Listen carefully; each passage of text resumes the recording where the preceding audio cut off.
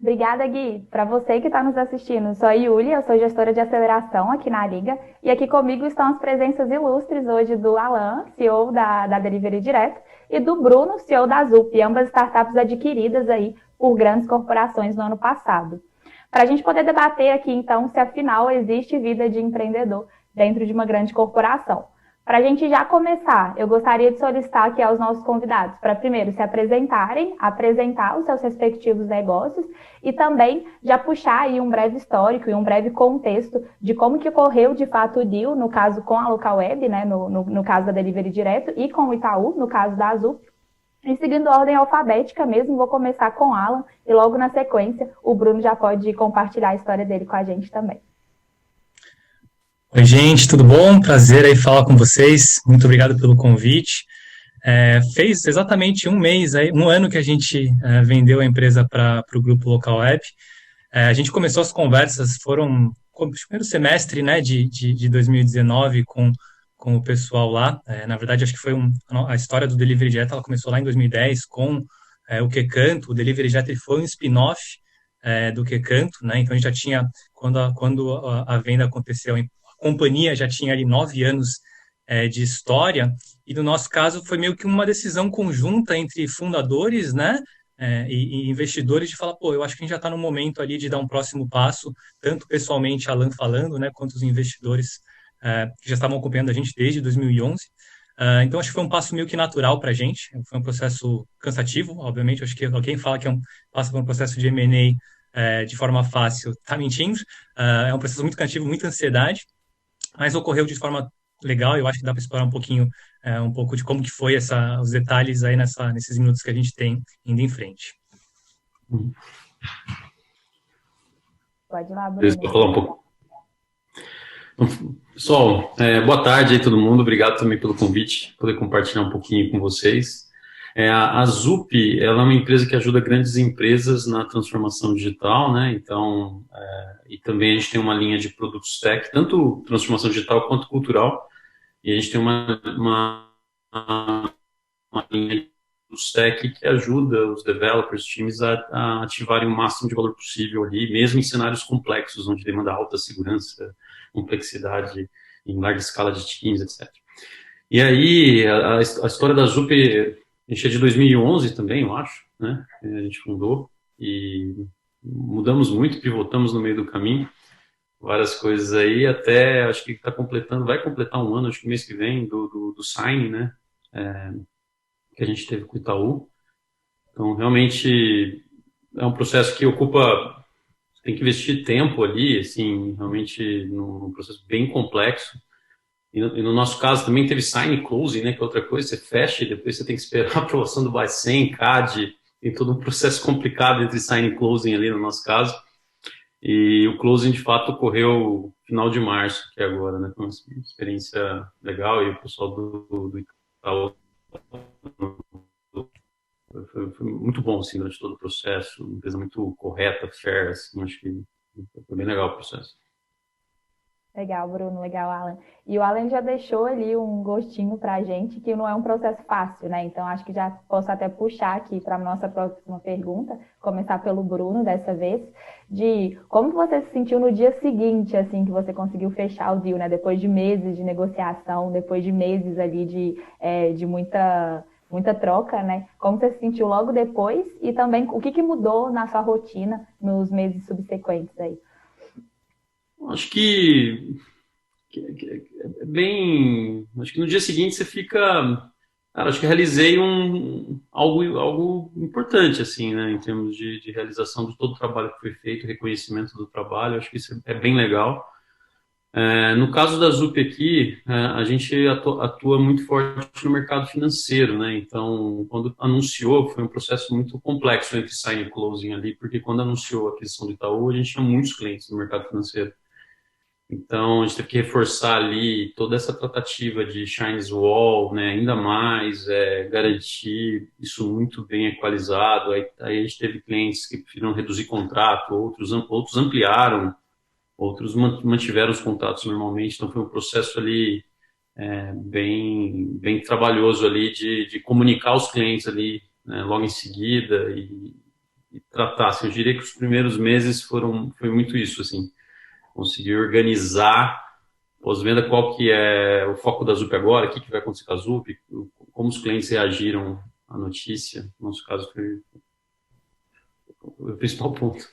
Legal. Alan, sua experiência foi nesse sentido também? O que você sentiu aí no dia seguinte? Eu acho que a, né, na jornada empreendedora, eu acho que o momento que você faz o signing, o close, né, que você faz o exit da empresa, é quase que um senso comum ali, que é uma vontade que todo empreendedor tem de quando começa a fundar, fala, pô, vou fazer um IPO, vou vender a empresa, né? Então, é uma data que, ao longo de toda a jornada, você espera muito, né? Então, eu achava assim, no dia que assinou, lá no dia seguinte, pô, vou botar a cabeça no travesseiro, falando, nossa, a vida tá ganha, agora vai ser fácil. E no final das contas, pelo menos no meu caso, assim, o processo né, desde do momento que você decide vender a empresa até você realmente vender, esse processo, ele desgasta tanto, gera tanta ansiedade no empreendedor, porque tem muita incerteza de como você começa a ver no mercado as histórias de empreendedores que venderam suas empresas, e aí sai, né, porque perde propósito, os medos que você tem ao assinar, porque geralmente assim, né, quando você assina contratos de compra e venda, tem muitas cláusulas lá que te travam e te fazem várias coisas. Então, o processo, você começa com esse sonho, aí você começa o processo. Chega um momento que você está tão esgotado, com tanta ansiedade, que no nosso momento da assinatura foi legal, a gente comemorou, mas o dia seguinte, tipo, eu estava mais preocupado em manter time, em comunicar cliente, né, em ver se as pessoas iam ficar felizes ou iam ficar tristes. Eu nem consegui meio que, a ficha demorou muito para cair. Né? Eu acho que assim, essa apreensão, essa ansiedade de saber como que vai ser, né, o dia seguinte, se você vai continuar tendo autonomia, como que vai ser, né, essa relação com sua nova mãe, com seu novo pai, pelo menos no meu caso, não consegui ter aquele prazerzinho tão bom. Hoje, um ano depois da aquisição, eu me sinto muito mais feliz e realizado pelo acontecimento, porque pô, já teve um ano de relacionamento, deu para entender as regras do jogo, deu para sentir com quem, né, a gente está casado. Então, hoje eu sinto muito mais felicidade pelo acontecimento do que no D mais, no D1, né? A gente, na verdade, chama do dia D, né? Que você assina e você vai ao mercado, vai na empresa comemorar, né? Então, acho que é aquele estado de euforia, de ansiedade, aí você assina e depois é preocupação, como que vai ser. Então, é uma mistura de sentimentos muito loucas. É aquela coisa que, quando você funda a empresa, você sonha, mas quando chega o momento, você não sabe onde você presta atenção, né? Se você fica feliz, se você fica preocupado, né? Então, eu acho que é um pouco disso, tá?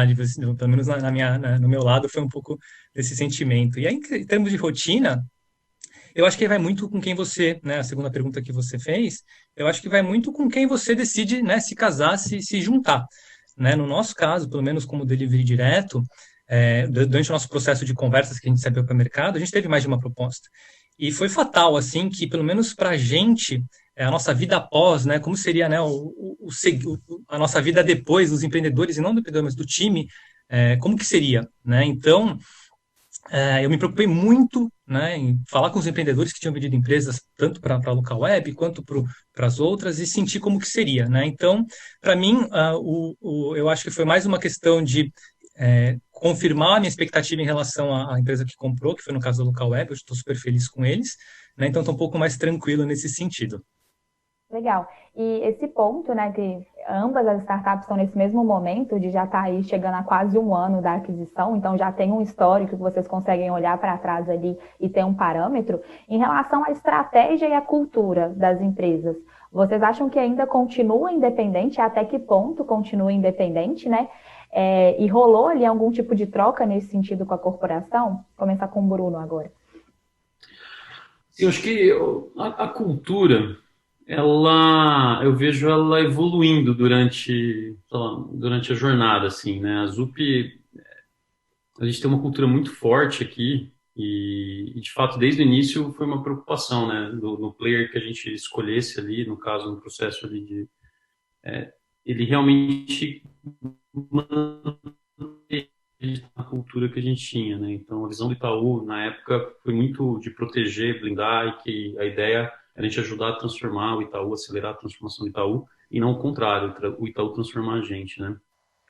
Porém, assim, muitas coisas vão evoluindo, assim, quando a gente tinha, sei lá, 30 pessoas, depois para 300, e hoje, sei lá, com quase 2.000 Zupers, né, como a gente chama aqui, você começa a ter que evoluir alguns aspectos mesmo. E quando eu olho hoje, eu acredito que tem coisas muito interessantes na cultura do Itaú e tem coisas essenciais na cultura tech nossa, ágil. Porém, talvez o meio termo é o mais adequado, assim, porque não é fácil, acho que uma empresa com 90 mil funcionários, né, precisa de algumas coisas diferentes do que uma de 1.000, 2.000, né? Então, eu acredito muito assim, não é nem um lado nem o outro, mas a cultura precisa evoluir para ser eficaz e pegar o melhor de cada uma, né? Então, acho que a gente vem evoluindo e mudando algumas coisas, mas a essência nossa a gente está conseguindo trabalhar junto ali no Itaú e ajudar na transformação do Itaú, aceleração da transformação do Itaú e dos outros clientes, e não o inverso, né? Acho que isso a gente conseguiu blindar bem, até a gestão da companhia no deal, no pós-deal, a gente tem o controle disso, né? Então a gente consegue ver quais aspectos a gente quer absorver, quais a gente não quer. Então eu continuo como CEO da companhia, então a gente tem um nível de liberdade grande, mas com uma influência muito grande lá também. Então isso tá sendo bem legal, e a visão, acho que deu um match muito forte na visão do que o banco quer ser, o que ele quer mudar, com o que a gente acredita. Então de fato, fica mais fácil. Eu não tenho pontos assim.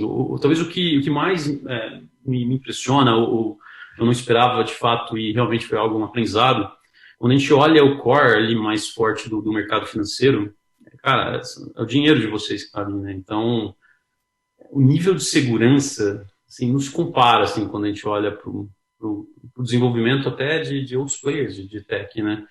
É muita coisa, né? A gente vê a qualquer momento ali bancos, né, sendo ataques de sequestro virtual, né? Hoje a galera não sequestra pessoa, sequestra servidor, bloca tudo e pede Bitcoin, né?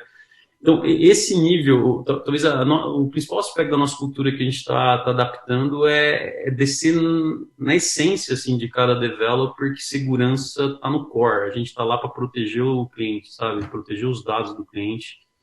E eu acho que esse foi o principal ponto.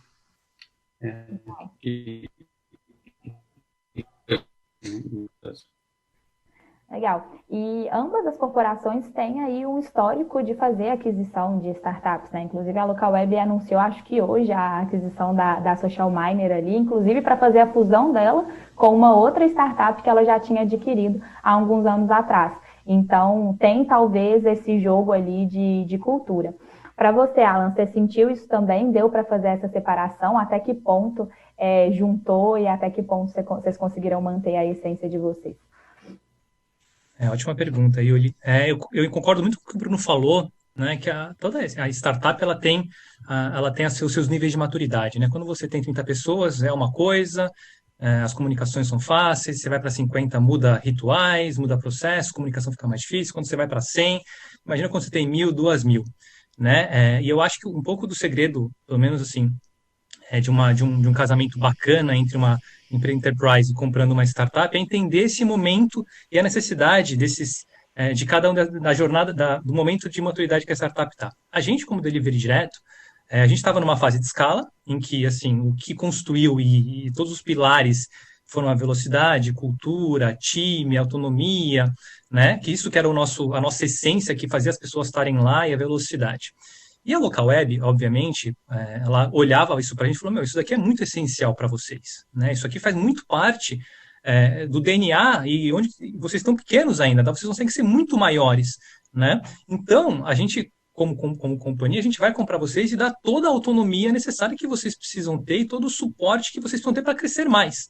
Né? No nosso caso, lá atrás, tem autonomia, continua no teu escritório. Hoje a gente está muito mais confortável para aproximar, né? Mas foi uma escolha, né? Como eu comentei, a gente tinha outras opções, a gente escolheu muito a Local, porque durante toda a conversa, lá nas negociações, em botar os termos, durante essa conversa de negociação, já planejar ali como vai ser o seu D mais um, como vai ser seu ano mais um, né? Se fica no escritório, se não fica, se vai chamar ninja, né? Como a gente se autodenomina, se chama local web. Todas essas coisas caíam em pautas nessas conversas. Falou, pô, eu acho que vai funcionar muito bem, porque a gente estava num momento em que assim era mais importante a gente ter essa autonomia, ter esse conforto em escolher o nosso parceiro do que qualquer outra coisa. Às vezes é uma empresa maior, e aí no caso de um M&A maior, pô, aí o objetivo é outro, aí o objetivo é juntar forças e ir para o mercado com mais força, né? No nosso nível que a gente estava, isso era muito importante. Então hoje, assim, o dia a dia tem sido muito legal porque a gente continua com essa autonomia, a nossa cultura ainda está muito forte, só que aos poucos a gente vai fazendo alguma simbiose entre as coisas, né? Então, que está sendo extremamente positivo, por exemplo. A gente estava, vou dar um exemplo muito claro aqui. A gente estava numa fase de escala em que, por exemplo, a gente não tinha plano de carreira para as pessoas, plano de cargos e salários. E durante um momento da tua jornada, isso começa a ser muito mandatório como startup, porque senão você começa a perder talento. Né? E a gente tentou fazer isso de forma autônoma, a gente não conseguia sair do lugar. A gente começou recentemente esse processo, e aí tem todo o apoio de uma empresa que já passou por essas etapas e fala, ó, eu acho que para vocês agora começa a montar alguma coisa assim, não faz um Ctrl+C, Ctrl+V do nosso plano de carreira e aplica para vocês, porque não vai fazer sentido.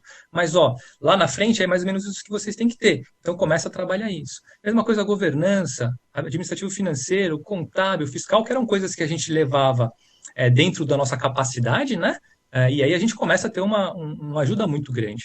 Visão estratégica também. É um pessoal que conversa com centenas de empresas, tem pessoas fantásticas no conselho que eles conseguem trazer visões muito interessantes. Então, eu acho que é uma relação ali de entender com quem que você está, com quem você escolhe. Então, eu acho que assim, eu estou super feliz de trabalhar junto com o pessoal da Local Web. Recomendo muito quem quiser se juntar ao grupo, porque é fantástico trabalhar com eles, mas tem sido uma reunião, uma relação tão fantástica por causa dessa troca e dessa autonomia que a gente está tendo, né? Então, eu acho bem interessante.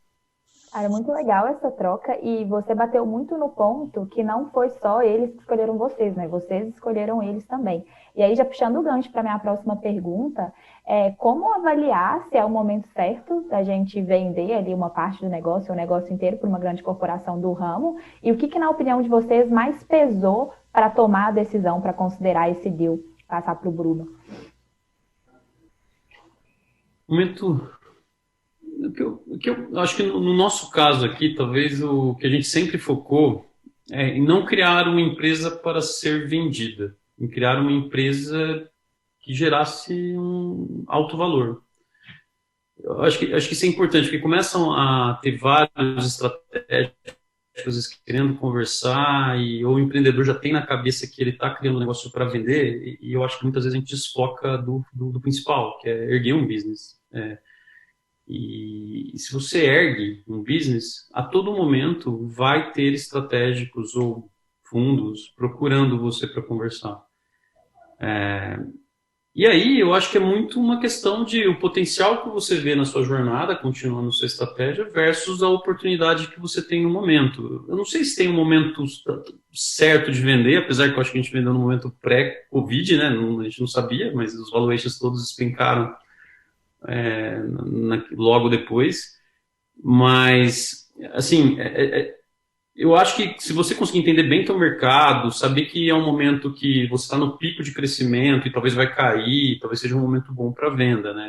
Porque senão se você ficar muito tempo também no business que você não vai conseguir shiftar ele de novo,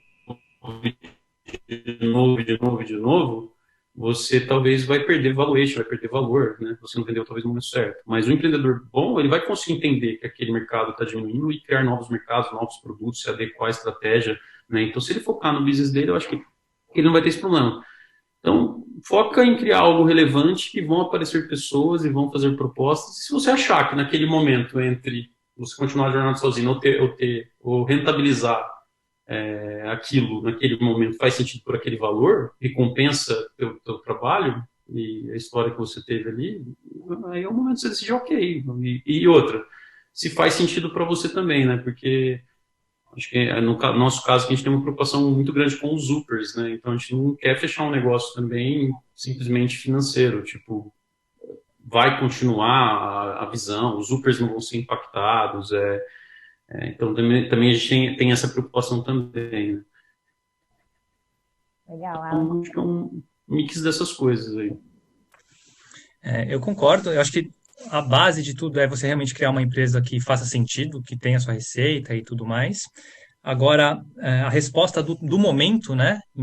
Considerando que você atingiu a premissa de criar um business interessante, escalável, que funciona e que naturalmente, quando você cria isso, começa a vir VCs, começa a vir empresas querendo se aproximar. Eu acho que é uma questão extremamente pessoal, individual de cada empreendedor, tá? Obviamente tem pressão de VCs para saírem, porque né, o papel do VC ele é entrar e sair, mas você consegue arrumar isso de outras maneiras. Mas eu acho que vai muito do momento individual de cada empreendedor.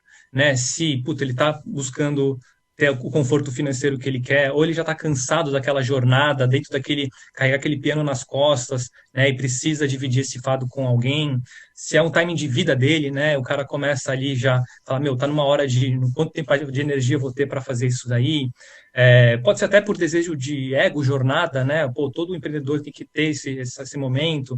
Pode ser para dar uma perspectiva nova para o time, que você, como empreendedor, não consegue mais tipo, dar tanto espaço para eles crescerem. Pode ser dar retorno para o investidor. Então, dificilmente eu acho que, é claro, você tem um framework que você fala, cara, agora é o momento certo. Porque ele depende. Se você já é uma pessoa que já montou seu patrimônio, por exemplo, talvez você vai ter outras coisas que vão querer te levar para um M&A ou para decidir qualquer momento, né? Então eu acho que tem e aí também eu acho que eu consigo conectar com a sua segunda pergunta, né? Do que considerar com a pessoa com a empresa que você vai vender, que eu acho que nada ali é muito binário, né? Geralmente assim, eu coloquei esse monte de variáveis e vai ser ali se colocar num gráfico, vai ser uma coisa que puxa um pouquinho para cá, talvez você esteja ok com o financeiro tirando um pouquinho do teu timing de vida. No meu caso, quando eu consegui meio que separar 3 critérios ali para tomar a decisão de qual empresa vender. Eu acho que o primeiro foi a parte financeira, ou seja, que fosse um deal que fizesse sentido, né? Afinal, você estava lá empreendendo, aí você coloca dentro dessa balança o seu custo de oportunidade, retorno para os investidores e tudo mais, retorno para o seu time. A vida após, que significa a vida após, né? O que a gente está falando na última pergunta. Pô, como que vai ser o seu D+1 ali, né? Será que você vai continuar tendo propósito em estar na companhia? Porque você não vende a empresa para você sair fora no dia seguinte. Você vende a empresa para você continuar empolgado com ela e crescer ainda mais e ter mais empolgação em fazer, né? E terceiro, sinergia, né? Pô, será que eu vou casar aqui com uma pessoa que eu vou ser relevante para o business dela e vai ter sinergia, eles vão conseguir me ajudar? Ou vou ser adquirido mais para me tirarem do mercado ou para eu ficar ali jogado no escanteio, né? E aí, no meu caso, tipo, o mundo ideal seria eu ter um triângulo equilátero perfeito, né? Que eu tivesse todas as arestas ali igualitárias. E aí você começa a mapear e entender onde que você faz, né? Mas eu acho que, dado o evento que a gente está, a gente está falando de grandes corporações querendo se relacionar com startups, né? Então, entender um pouquinho como que, né, o que motiva essa galera, o que faz esse pessoal acordar todo dia e trabalhar 12, 13, 15 horas por dia, é muito importante, porque você, como corporação, você tem que entender o contexto do pessoal ali e tentar, né, montar alguma coisa junto. Então, é um pouco do jeito que eu encaro essa pergunta. Perfeito, legal. Acho que é isso mesmo. Acho que o nosso papo aqui não poderia estar mais de encontro do que o propósito do evento, o propósito da própria Liga aqui, né, de transformar a inovação aberta ali em resultado real. Então, vocês conseguiram dar dicas super práticas nesse sentido. E a gente está chegando ao fim aqui do nosso painel. Acho que o papo bom passa bem rápido. Mas queria agradecer a presença de vocês dois, a contribuição em todas as perguntas. Deu para ajudar bastante, passar uma visão bem legal para os empreendedores. E quero passar a bola novamente aqui para o nosso estúdio, então agradecer a todo mundo que assistiu e passar a bola de volta para o Gui e para o Rafa, direto do estúdio. Obrigada, pessoal.